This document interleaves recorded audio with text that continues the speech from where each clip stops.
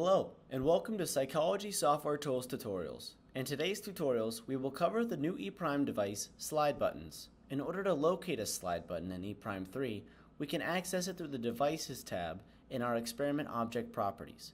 And in order to do that, we will double-click on our experiment object to access the properties, click on the Devices tab, and notice that the buttons come preloaded with no need to add them, unlike ePrime extensions. We will now take a look at the button device properties by double-clicking on the device. Note the pop-up menu and the options that are loaded by default for the button. In the theme editor, we can change how the buttons look by default. The property below name is input device to filter. It is set to by default mouse. The mouse setting is a toggle, so it will either be a touchscreen or mouse click activation on this setting. If we click the drop-down menu, you will note that you can also use a keyboard for activation. Unseen options include joysticks and Chronos, and to add those, we'd go back to our experiment object properties and click Add. Moving on in the button device properties, we have the response types. These response types include down, click, double click, hover, long press, fixation, and check. Down is the physical click of the mouse or tap of a finger on the button. Click is a push and then a release of the button. A double click is a click cycled twice. A hover is a period of time over a button. A long press is a long click that is not released for a period. A fixation is a long hover, and a check is specific to the slide choice sub-object that we can learn about in another video. Across from the response types, there is a property called flags. In this box, you can identify when you want responses to be logged.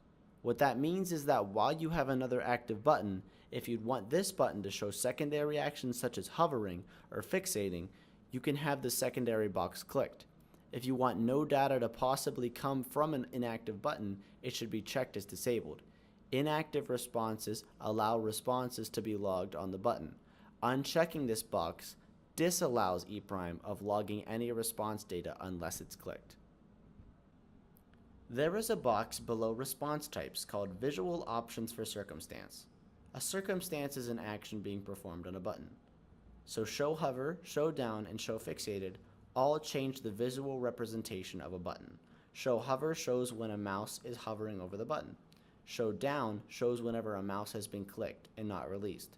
Show fixated, like we said earlier, shows a long hover. Moving on down this properties page, you can specify the maximum duration between clicks here in milliseconds for a double click. You can specify the minimum amount of hold time in long press time for a click to be recognized as a long press. Fixation time is how long the mouse has to hover on top of a button for it to be recognized as a fixation. Display device to restrict buttons specifies whether to restrict button input to a specific display device. This functionality is primarily applicable to efficiency in experiment design. Use start time indicates whether the generated responses will use start time for assignment of the RT time value.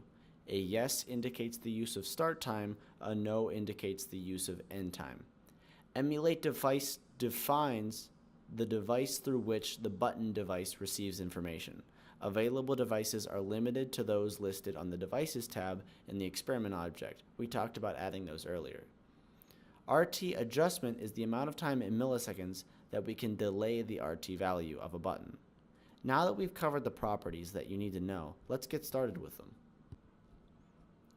We will go to our standard session procedure line and drop a slide object onto the timeline. Let's double click on that slide and then add, just like we would a label or picture, a slide button. Just like any object in ePrime, our button can be resized, put anywhere on the slide, and renamed. For this experiment, we will create a yes and no button. So we will now rename our first button to yes, and we'll name our second button no. Let's go into these properties and change our buttons. Let's go to our sub-object properties for our first button. The first thing we will see is this general properties page. The first thing to be noted is that the name is in the first text box and the category response is in the second. If we want our data to log this response as the name of the button, yes in this case, we can leave response blank. If we want it to be logged as a number such as 1, we can specify that here. Word wrap is set to yes so that our words don't go off the sides of the button, but instead go to the next line. In the Frame tab, It will look the same as it does in every other slide object in E'. So to make this program visually pleasing, let's make the width and height both 25%. Let's put this one to the left on the x-axis and the center on the y-axis, and then pull it onto our slide so it's fully visible. On the next button, we'll keep the same general settings, but we'll put the position of this button on the right on the x-axis and the center on the y. We'll then pull this one also onto the slide so we can fully see it. To edit the visuals of the button, we will move over to the Theme tab in the Sub-Object Properties. The Theme tab has a lot of features and will no doubt be covered in future how-to videos, but we will go over the majority of these functions so you can personalize your buttons now. The parent theme is what each slide sub-object that you add to your slide inherits from.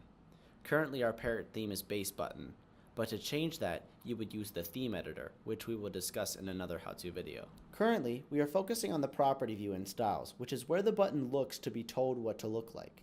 The other toggle is Feedback, and this response allows you to specify if the button will respond with feedback of any kind. So let's add a feedback, and we notice that you can change what triggers the response as well, a click, double click, long press, etc. We can move to the sound column and see that we can allow for a sound to be played when the button is clicked. We can change the property on the button for actions, impresses, and releases if it's active or enabled.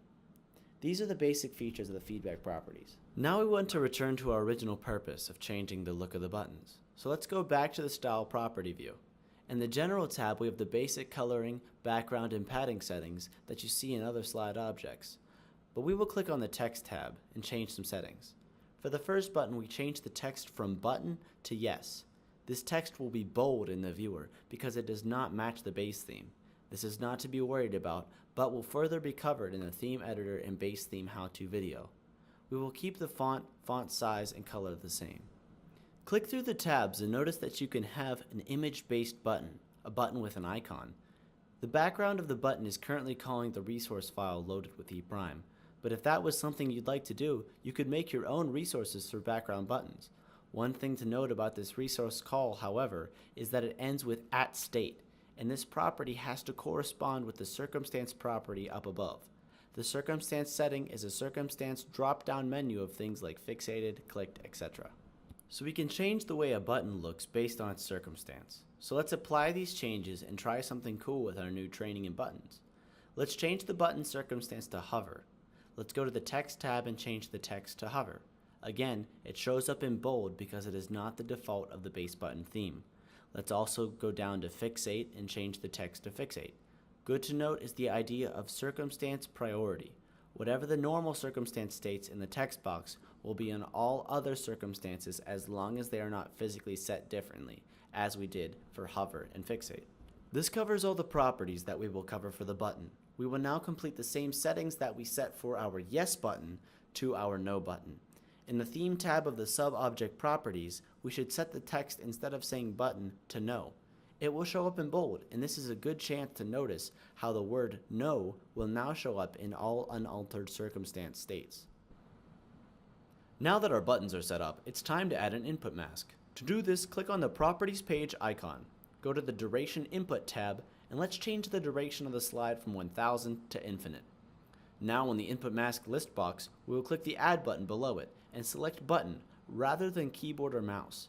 If you recall from earlier in the video, the allowable key was clicks. Now notice in the Response section of the Duration Input tab, we have an allowable key of asterisk in parentheses. This is a new default for E'3, to say that any click on the button is going to be allowed.